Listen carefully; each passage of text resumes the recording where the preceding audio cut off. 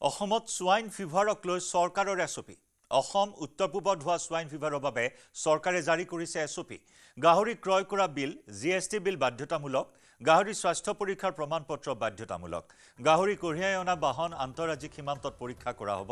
শ্ৰীৰামপুৰ কোকৰাঝাৰ বক্সিৰহাটত পৰীক্ষা কৰা হ'ব লগতে কামৰূপ মহানগৰ আমগুৰি শিৱসাগৰ ধুবুৰীত কৰা হ'ব পৰীক্ষা এসপ্তাহৰ পূৰ্বৰ হেল্থ সাৰ্টিফিকেট অযোগ্য হ'ব সোয়াইন ফিভাৰ ধৰা পৰিলে গাহৰিবোৰ মাৰি পেলোৱা হ'ব এতিয়াৰে পৰা ৰাজ্যত নিখা গাহৰি কঢ়িওৱা নিষিদ্ধ